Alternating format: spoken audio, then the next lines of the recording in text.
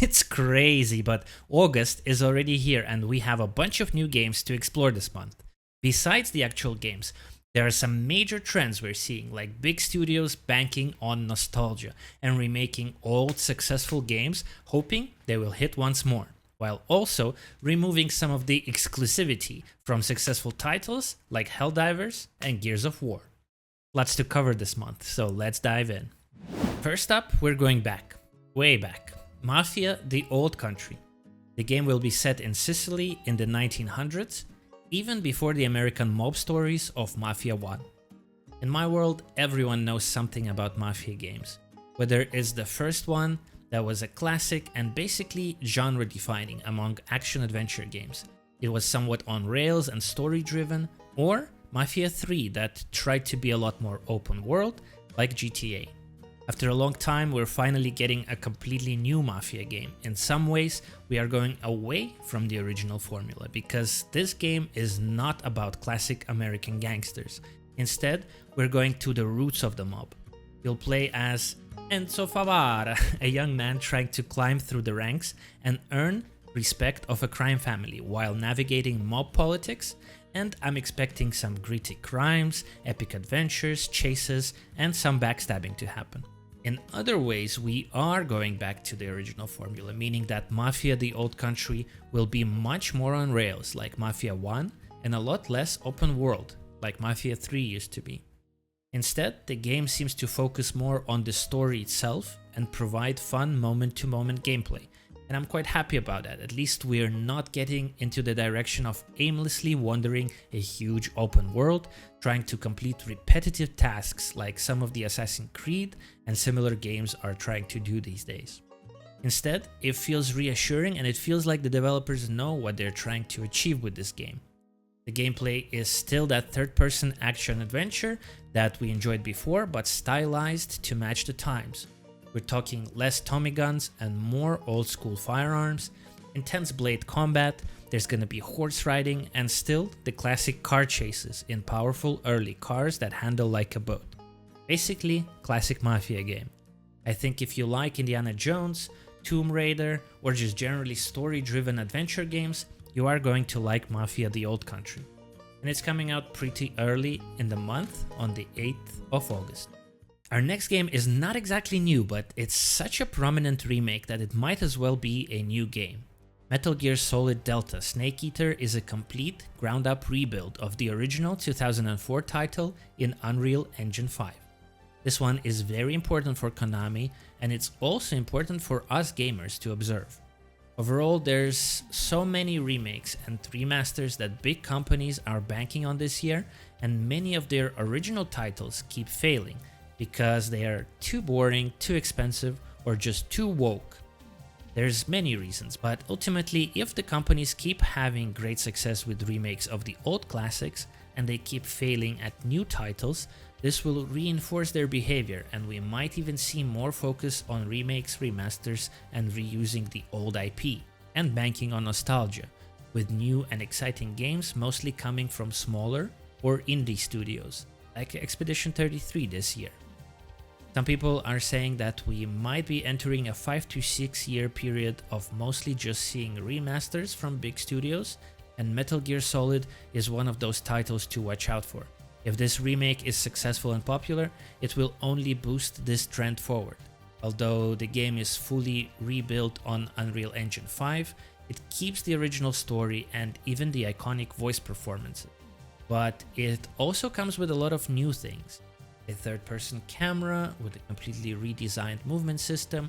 You can choose between the old and the new control scheme. It also comes with persistent battle damage system where some cuts, bruises, and bullet holes will stay on Snake's body for the whole game. I'm curious to see how that one looks, but we'll have to wait for a bit because this game only comes out at the end of the month on August 28th. Speaking of remasters, this one is probably the most anticipated remaster of the year, Gears of War Reloaded. It's a full remaster of the 2006 original cover shooter, and the main thing it brings is better graphics quality with a 4K single-player campaign able to reach 60 FPS, and all multiplayer modes topping at 120 FPS. Besides visual improvements, we're also being promised improved loading times as well as new infrastructure for online multiplayer, meaning that instead of the original peer-to-peer setup, there will be dedicated servers with improved tick rate. Beta testers have been saying good things so far, so hopefully this will feel like a modern game while bringing us old school fun of jumping cover to cover and blowing up countless enemies with badass chainsaw rifles. What is really special about this launch is that Gears of War has always been Xbox exclusive, but now it's coming to PC and more importantly to PS5. In fact, this is just one example of a big trend. Exclusivity seems like it's quickly becoming a thing of the past. Microsoft has been moving away from exclusivity and unlocking more and more of Xbox titles to PS5, expecting to reach a wider player base. And it seems to be working, as Microsoft is now the biggest game publisher in the world. And Sony seems to be doing the same. In fact, August might be the most prominent month this year where exclusivity seems to be shattered. Let's talk about some of these games that are coming to various platforms just this month.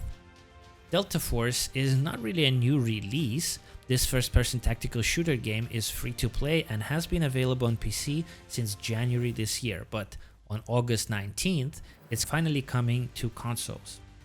Senua's Saga, Hellblade 2, originally came out last year, but it will no longer be a Microsoft exclusive because from August 12th, you'll be able to play it on PlayStation 5. And so is Helldivers, a super popular third-person shooter enjoyed by PC and PS5 players, is also launching on Xbox this month on August 26th, same day when Gears of War drops as well. With all these games releasing on rival platforms and Gears of War Remastered coming to all platforms at once, to me this really signifies the end of exclusivity era, but we'll have to wait and see how that works out for Sony and Microsoft in the future. With so many flops lately, they seem to have other problems to worry about, like profitability of certain studios and massive layoffs that are happening way too often these days. Alright, so far we've been mostly talking about remakes, remasters and sequels. And before we jump over to completely original and new games, we have to mention Dying Light: The Beast. This game is a bit of a weird one. First it was supposed to be released as a DLC for Dying Light 2, but then it was leaked to the public, so developers thought, well, surprise ruined, and went back to the oven to cook some more, and eventually it turned into a full-fledged standalone game. But what you need to know about this game is that it's estimated to have about 20 hours of story plus some additional content. The story will see the return of Kyle Crane as the protagonist, but after spending over 10 years being experimented upon, he can now transform into a beast, a raging superhuman with steel fists and ground slam abilities.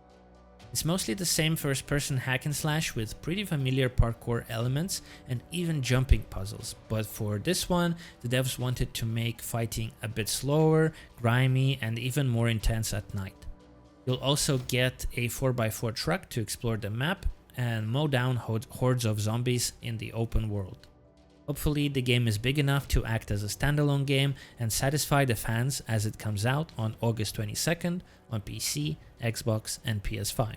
Now let's talk about original titles. A new game with a lot of potential this month is Lost Soul Aside.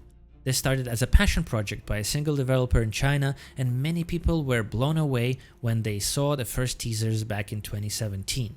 Since then, the project has been picked up by Sony, who gave the guy a full team, basically built a small studio around the game, and the development went silent for a while. It is finally coming out after 8 long years, and we'll have to see whether they took their time and cooked something incredible, or they left the game in the oven for too long, and what we've seen before might not be as impressive anymore in 2025. Either way, the game is a highly anticipated hack and slash adventure where you play as a warrior trying to save your sister and all humanity from some dimensional invaders. One of these interdimensional creatures joins you and becomes your weapon, which lets you switch between multiple swords to chain combos, dash in and out, and juggle enemies in the air. Lately, we've seen a lot of quality games coming out from Eastern developers. They don't seem to cut corners, so we can expect a pretty polished action RPG, almost like a big blend of Final Fantasy and Devil May Cry. This game is launching on the very end of this month, on August 28th. Another hack and slash game coming at the end of the month is a brand new 2D action platformer, Shinobi Art of Vengeance.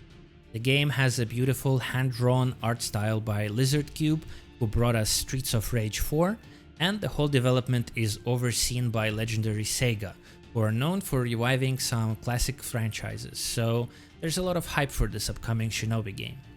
You'll play, of course, as a ninja using an arsenal of sword combos, throwing knives, and mystical ninja abilities. The gameplay looks fast, the movement looks fluid, and we can expect some Metroidvania elements where you unlock new abilities as you play through the game that let you come back and explore hidden paths. This game is coming to all major platforms, including Nintendo Switch, and I feel like it's going to be a great game to play on your couch on something like a Steam Deck. And for our last game today, let's look at something completely different. This game is still centered around the sword, like the last two games, but there is no hack and slash. In fact, there is no combat whatsoever. Sword of the Sea is one of those chill exploration games where you move through the world, explore carefully crafted sceneries, and try to relax and find your flow state. You will play as a wraith, surfing across flowing sand dunes and ocean environments on your mystical, sword-shaped hoverboard, accompanied by a beautiful and relaxing soundtrack. The game is directed by Matt Nava, who was also the art director on Abzu and Journey, both very successful chill exploration games, so if you like those, or if you like the notion of just getting lost in a beautiful world, you will be able to relax on PC and PlayStation 5 starting from 19th of August. Well, that wraps up our monthly list of games I'm most excited about. If you're waiting for another August release that I missed in this video, let everyone know in the comments and I'll look into it as well. Check out a bigger list of games on Metaforge and join the Discord to discuss these games in more detail. I'll leave all the links in the description. Let's explore cool games together. Like and subscribe if you enjoyed the video. Crazy Trick out.